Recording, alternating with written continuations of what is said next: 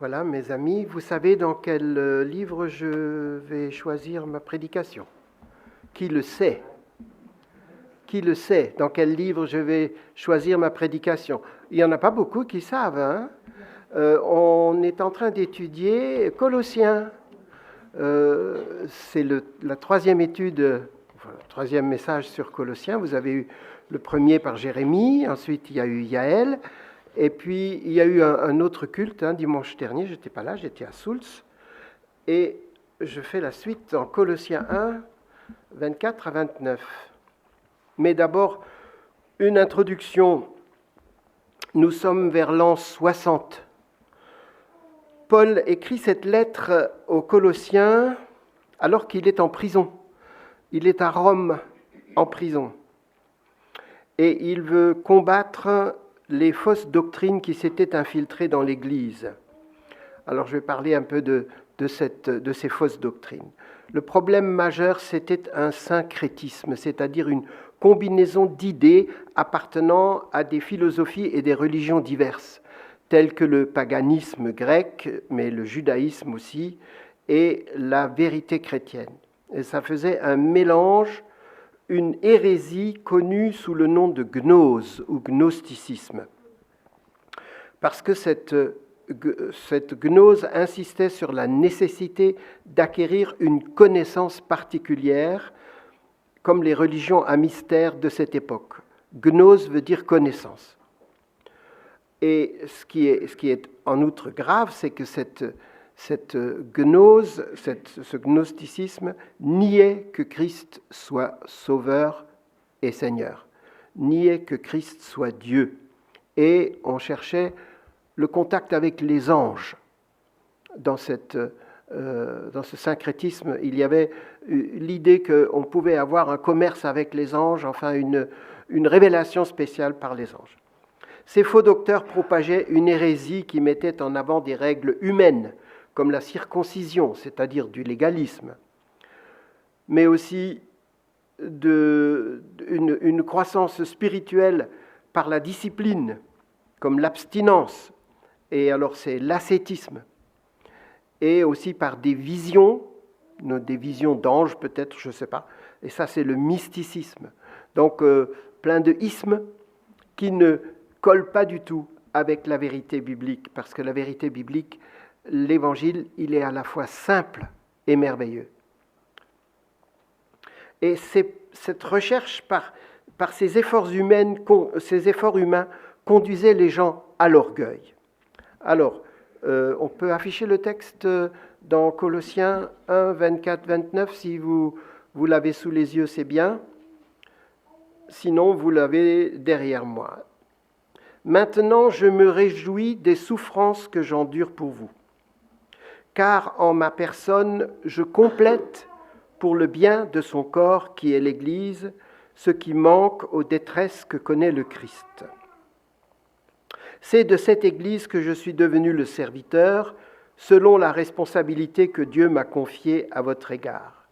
Il m'a chargé d'annoncer sa parole dans toute sa plénitude, en vous faisant connaître le secret de son plan tenu caché depuis toujours, de génération en génération, mais qui s'accomplit de façon manifeste pour ceux qui lui appartiennent. Car Dieu a voulu leur faire connaître quelle est la glorieuse richesse que renferme le secret de son plan pour les non-juifs. Et voici ce secret, le Christ est en vous, lui en qui se concentre l'espérance de la gloire à venir. Et c'est ce Christ que nous vous annonçons, en avertissant et en enseignant tout homme, avec toute la sagesse possible, afin de faire paraître devant Dieu tout homme parvenu à l'état d'adulte dans son union avec le Christ. Voilà pourquoi je travaille et je combats par la force du Christ qui agit puissamment en moi. Alors ce passage fait suite à ce très beau texte des versets 13 à 23 qu'on appelle parfois l'hymne à Christ ou le poème du Messie. Mais dans notre texte, il est question d'un mystère. Peut-être que les Colossiens aimaient les mystères, c'est probable. Un secret qui maintenant est dévoilé. et dont nous sommes les bénéficiaires. Alors, avant de vous parler de ce mystère, qui n'en est plus un pour la plupart d'entre vous, mais nous allons étudier ce passage très riche et très dense au fil du texte et lever certaines ambiguïtés parce qu'il y en a et certaines difficultés. Que nous dit Paul au verset 24 ? Il parle de souffrance, de ses souffrances, mais aussi des souffrances de Christ. Oui, Paul souffre.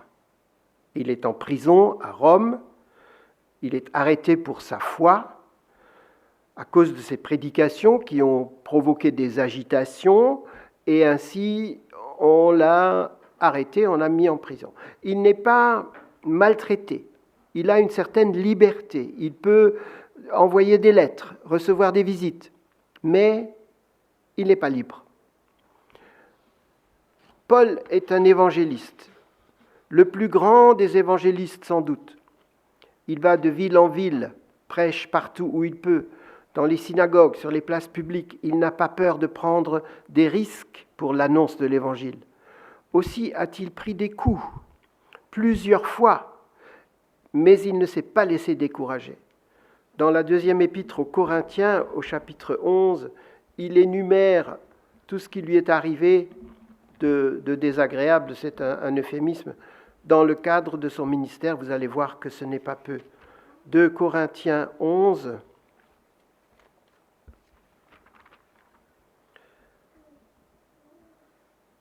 5 fois j'ai reçu des Juifs 40 coups, moins 1. 3 fois j'ai été battu de verge. 1 fois j'ai été lapidé. 3 fois j'ai fait naufrage. J'ai passé 1 jour et 1 nuit dans l'abîme. J'ai été en péril sur les fleuves, de la part de brigands, de la part de ceux de ma maison, de la part des païens, en péril parmi les faux frères. Et pour terminer, il dit, j'ai été dans le travail, dans la peine, exposé à de nombreuses veilles, à la faim, à la soif. Voilà. Paul ne fait pas étalage de tout cela pour se vanter ou par orgueil, non. Il montre qu'il est un serviteur fidèle, courageux et même obstiné de son maître. Jésus, lui aussi, a souffert beaucoup, et tout à fait injustement. Or, Jésus a prévenu ses disciples. Comme je dois souffrir, vous aussi vous souffrirez. Et Paul défend en quelque sorte son ministère. Il dit, voilà, c'est la preuve que je suis un apôtre. Je souffre, et pas peu. Je vous rappelle qu'il est le seul apôtre à n'avoir pas connu le Christ de son vivant. Alors il se sent peut-être obligé de bien expliquer qu'il est apôtre quand même. Il va même jusqu'à dire qu'il se réjouit dans ses souffrances pour l'Église. Est-ce qu'on peut dire cela ? Est-ce qu'on peut l'entendre ? N'est-ce pas exagéré ? Il dit aux Colossiens qu'il souffre pour eux. Est-ce qu'il les connaît ? Est-il le fondateur de cette Église ? Même pas. Il semblerait que ce soit Épaphras, un compagnon de Paul, qui est cité au verset 7, qui a fondé cette Église de Colosse avec d'autres. Mais Épaphras est à Rome, et Épaphras vient voir Paul, et il lui donne des renseignements, il lui explique, voilà, les Colossiens, ça va pas fort. Et puis, Paul se sent concerné. Il est un coordinateur de toutes ces églises nouvelles d'Asie mineure. Mais Paul dit encore quelque chose de plus terrible. Je me réjouis de souffrir pour vous. Avait-il l'intention de se rendre à Colosse et en a-t-il été empêché ? Nous n'en savons rien. Ce qui est sûr, par contre, c'est que Paul avait reçu de Dieu la mission d'évangéliser le monde grec, c'est-à-dire les païens. Paul, au contraire des autres apôtres, va quitter la Palestine et se rendre en Asie mineure et plus tard également en Grèce. Il va fonder, lui et ses compagnons, des églises dans quantité de villes qu'ils vont traverser. Mais il ne s'attarde pas.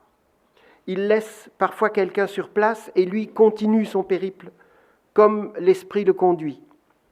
Et il reste en contact avec ces églises et parfois revient les visiter lors d'un autre voyage.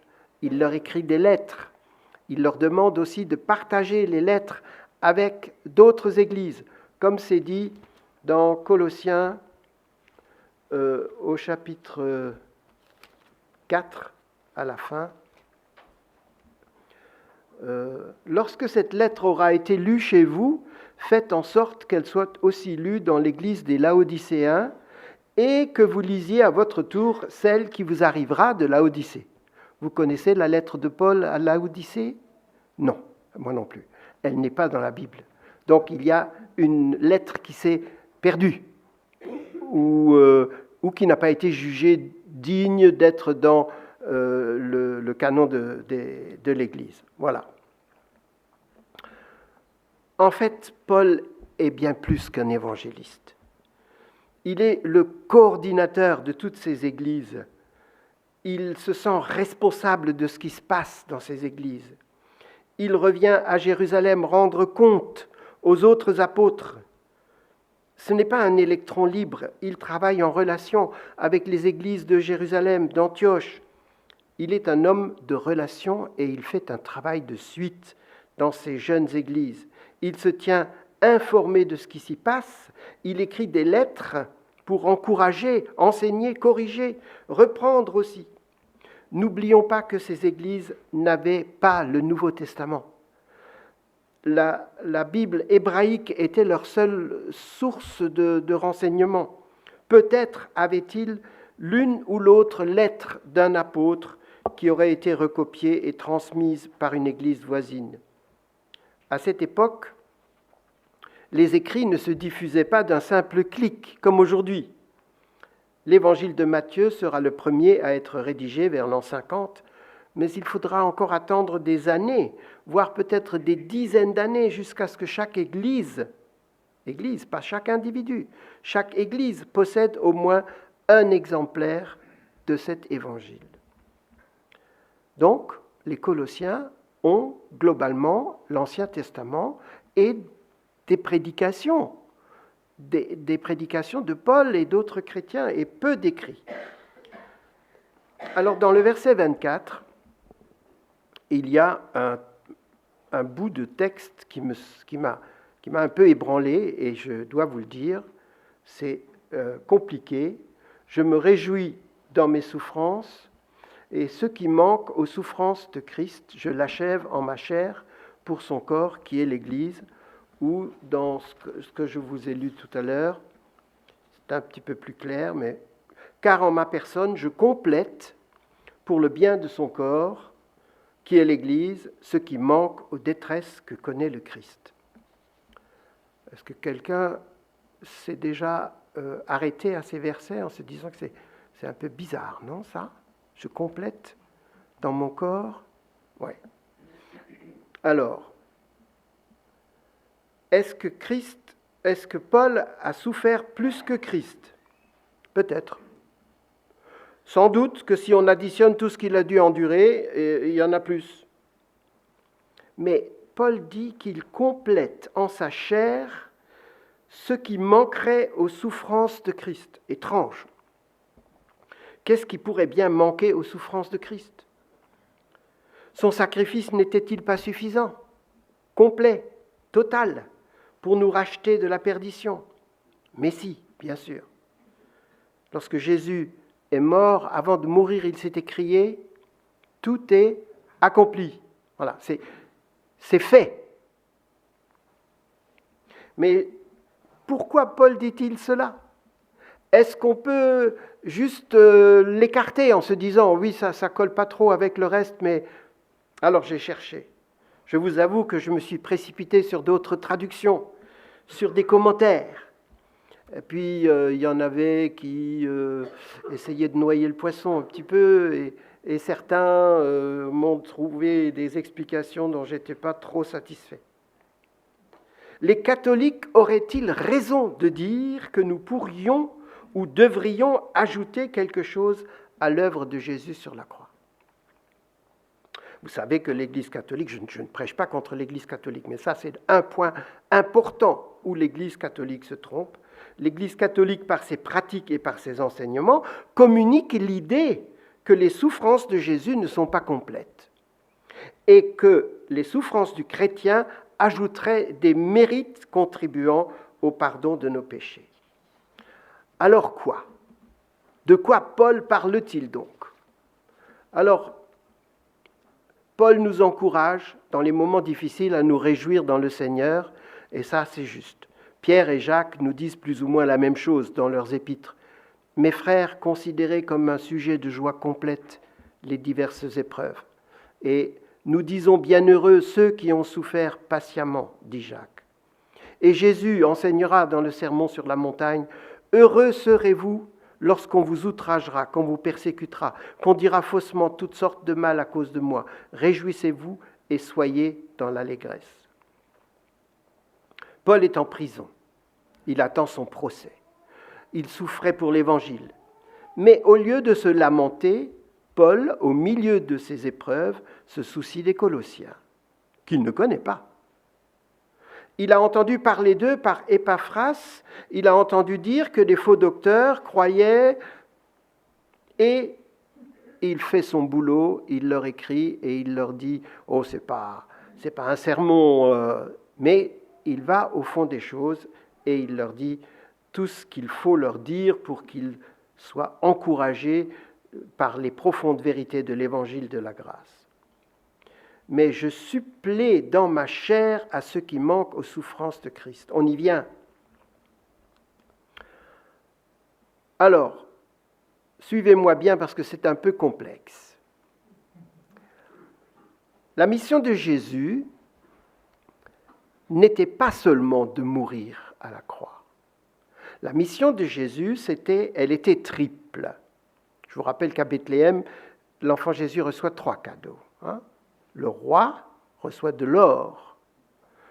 Le sacrificateur reçoit de l'encens. Et l'homme reçoit de la myrrhe, l'homme mortel, qui va être embaumé. Jésus a une mission triple. Il est à la fois prophète, sacrificateur et roi. Il est venu, en tant que prophète, nous révéler le plan du salut et la volonté de Dieu aux hommes. Il est allé pendant 3 ans en Palestine, il a prêché, il a formé une équipe, il a guéri et il a annoncé le royaume de Dieu. En tant que sacrificateur, et c'est ça que nous connaissons le plus, parce que nous, on en parle souvent, il nous a rachetés par le sacrifice de son corps à la croix. En tant que roi, il règne sur nous par sa parole et par l'Esprit. Alors, du point de vue de sa fonction sacerdotale, les souffrances de Christ à Golgotha sont terminées et parfaitement suffisantes pour notre plein pardon. Mais du point de vue prophétique, un prophète, c'est celui qui parle au nom de Dieu. Jésus n'a touché qu'un nombre restreint de personnes. Pendant sa vie, il n'a touché qu'un nombre restreint de personnes en Palestine et pendant un temps court, pendant 3 ans. Il fallait que Jésus prolonge sa fonction prophétique par le ministère de ses disciples. C'est ce que fait Paul. Et donc Paul peut écrire qu'il complète dans sa chair ce que Christ n'a pas souffert et que nous souffrons maintenant. Vous me suivez ? Ok. Un autre théologien dit, voilà, les ennemis de Christ sont toujours à l'œuvre. Ils en veulent à Christ et ils se vengent sur les chrétiens de ce que ces chrétiens continuent l'œuvre de Christ. Et ainsi c'est à peu près la même chose. Ainsi Paul peut dire, voilà, je complète en ma chair ce qui manquerait aux peines infligées à Christ pour son Église. C'est donc pas l'œuvre du salut, c'est les souffrances de l'Église pour Christ. La parole a été faite chair. Cette bonne nouvelle devait maintenant être mise par écrit pour les générations futures et se répandre dans le monde entier. Ce sera le rôle des apôtres choisis par le Maître et le rôle des évangélistes. C'est aussi le rôle de tout disciple par la suite. Donc nous sommes aussi concernés. Dans Actes 9, 15 et 16, Paul a été prévenu qu'il fallait qu'il souffre beaucoup pour l'Église et pour l'Évangile. Il savait ce que ça allait lui coûter.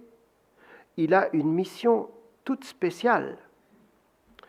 Quand Judas avait trahi et s'était pendu, les disciples ont essayé de lui trouver un remplaçant. Ils ont choisi parmi d'autres disciples, ils en ont trouvé 2, ils ont prié, ils ont jeté le sort, et puis voilà, c'est Matthias qui, par tirage au sort, est devenu le numéro 12. Mais c'était une décision qui ne venait pas de Dieu. Car de ce Matthias, on ne sait rien d'autre. Il n'a donc pas été une recrue de choix. Jésus va se choisir lui-même un 12e apôtre. Et ce sera Paul. Paul qu'il rencontre brutalement sur le chemin de Damas quand il lui dit « Je suis Jésus, celui que tu persécutes ». Armons-nous de la même pensée de devoir souffrir pour le bien de l'Église. Nous ne savons pas combien de temps il nous reste avant que la nuit ne tombe où l'on ne pourra plus travailler. Tant que c'est possible, nous devons continuer d'aller et de faire des disciples de toutes les nations. Il reste du pain sur la planche. Et nous devons être prêts à souffrir pour l'avancement du règne de Dieu, même si l'idée ne nous plaît pas. Alors on a beaucoup parlé du verset 24 et assez peu du reste. Je vais donc m'y employer dans cette dernière partie. Paul défend son ministère. C'est de cette Église que je suis devenu le serviteur. Le mot Église ici ne désigne pas un bâtiment, mais pas non plus une communauté précise. Il désigne l'ensemble des églises qui existent à cette époque et dont l'église de Colosse n'est qu'une petite partie. Paul ne s'attribue pas un titre ronflant. Il ne dit pas « ouais, je suis le directeur de tout, je suis le chef, je suis le pape ». Non, qu'est-ce qu'il dit ? Je suis le serviteur de cette Église. Il a accepté la mission la plus difficile qui soit. Et il n'est pas rémunéré, il n'est même pas payé pour ça. Il fabriquait des tentes pour gagner un peu d'argent et pour ne pas être à la charge des églises. Et il précise que c'est bien Dieu qui l'envoie, que ce n'est pas une initiative personnelle. Et quelle est sa mission ? Annoncer sa parole dans toute sa plénitude. Il précise aux Colossiens, qui ne sont pas des Juifs pour la plupart, que ce n'est pas un évangile au rabais ou un évangile incomplet qu'il prêche, sous prétexte que les Colossiens étaient des gens d'origine païenne. Non, l'évangile adressé aux Juifs est exactement le même. L'évangile est à la fois simple et merveilleux. Il n'est pas nécessaire d'avoir fait 5 ans de théologie pour comprendre, et pourtant, si on l'a compris, si on le vit, il transforme radicalement votre vie. C'est ça le mystère de l'Évangile. Ce mystère qui était caché jusque-là.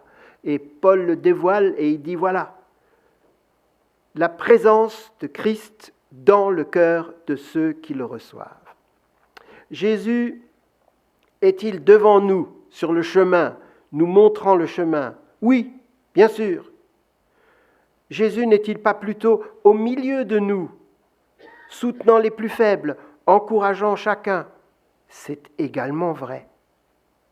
Mais Paul dit quelque chose de plus fort encore. Christ est en nous, par son esprit. Il est l'espérance de la gloire à venir. De quelle gloire est-il question ? De la vie éternelle, au ciel, avec Jésus qui sera notre roi pour toujours. Roi, sacrificateur et prophète. Le salut n'est pas réservé aux seuls Juifs qui ont reçu la parole par Moïse et les prophètes. Depuis Jésus et son sacrifice parfait à la croix, le salut est accessible à tous juifs et non-juifs. Voilà le but de Paul, nous amener à la perfection dans notre union avec le Christ. Parce qu'il ne s'agit pas seulement de lever la main dans une évangélisation et dire dans un moment d'enthousiasme « je veux bien ». Non, celui qui est devenu chrétien, il vit sa foi et sa vie est transformée. Il veut, Paul, faire des Colossiens des chrétiens matures, des chrétiens assis, basés, fondamentalement solides dans la foi, capables de se nourrir spirituellement et de nourrir les autres, les débutants dans la foi, les jeunes chrétiens, les gens restant faibles, dans des doutes. Et comment Paul va-t-il réussir cette mission difficile? En avertissant et en enseignant avec sagesse tout homme. Il ne s'agit pas de parler fort, d'utiliser des arguments spécieux. Il s'agit de parler vrai, avec tact et autorité, de manière à être compris et cru. Et pour être crédibles, nos actes doivent être en accord avec nos paroles. L'Évangile doit être vécu au quotidien par celui qui l'annonce. Nous avons beaucoup de chance. Non seulement nous avons la Bible hébraïque, les Évangiles et les Épîtres, sans compter l'Apocalypse, et tout cela dans différentes versions. J'ai une dizaine de Bibles au bas mot. Mais nous avons l'Esprit de Dieu pour comprendre tout cela. Je me souviens d'une tante à qui j'avais donné une Bible, et puis quand je suis revenu la voir, elle m'a dit « Ouais, j'ai commencé au début, là, mais il n'y a que des guerres et des massacres et des batailles et des gens qui s'entretuent. » J'ai arrêté. Elle a été dégoûtée par un côté terrible, un côté jugement, un côté massacre de peuple. Et elle n'a pas cherché Dieu. Elle a lu le livre comme on lirait un roman historique. Alors, nous avons Dieu qui nous parle quand nous lisons la Bible et nous comprenons pourquoi ces choses sont comme ça. À nous de bien profiter de tout ce que nous recevons et de tout ce que nous avons. Vous savez, c'est pas juste d'avoir une Bible. Je me souviens d'une historiette, un pasteur qui est venu visiter une vieille dame et qui lui a dit « Est-ce que vous avez la Bible ?» « Ah, mais bien sûr que j'ai la Bible, bien sûr. Seulement je ne sais pas où elle est. » Et puis elle s'adresse à quelqu'un pour lui chercher la Bible. Et quand elle a la Bible, elle l'ouvre et qu'est-ce qu'elle voit? « Oh, mes lunettes! Oh, mes lunettes que je cherche depuis si longtemps, elles sont dans la Bible. » Ouais, elle ne la lisait pas si souvent que ça. Voilà. Alors, si nous voulons profiter de la parole de Dieu, nous devons nous y plonger. Et pas que de temps en temps. Je résume, notre salut est en Christ seul. Et d'aucune façon je ne puis mériter le pardon des péchés par de bonnes œuvres ou des sacrifices. Mais si je suis sauvé, j'ai la joie de participer à l'œuvre d'évangélisation de l'Église. Cette participation est bénévole, mais pas gratuite. Ça coûte d'annoncer l'Évangile. On n'est pas payé, mais on paye par nos souffrances. On se fait mal recevoir parfois. Paul en a fait l'amère expérience plusieurs fois. Et c'est ainsi qu'il a pu dire qu'il complète par ses souffrances ce que Jésus, le prophète, n'a pas enduré puisqu'il est au ciel maintenant. Et je pense qu'au ciel, on ne souffre plus. Je pense que Jésus ne souffre plus. Même s'il nous voit et s'il sait ce qui se passe et qu'il peut peut-être être réjoui ou moins réjoui de ce que nous faisons. Mais c'est à nous maintenant de continuer le travail. Si Jésus est au ciel, aujourd'hui, par son esprit, il est dans le cœur de chacun de ses frères et sœurs. ne nous contentons pas d'être sauvés, mais participons à l'œuvre de Dieu en cherchant à sauver ceux qui autour de nous ne le connaissent pas encore. Dieu ne veut pas des chrétiens tièdes ou timorés, il veut des enfants enthousiastes et actifs qui osent être ambitieux pour leur maître. Amen. Je termine par la prière.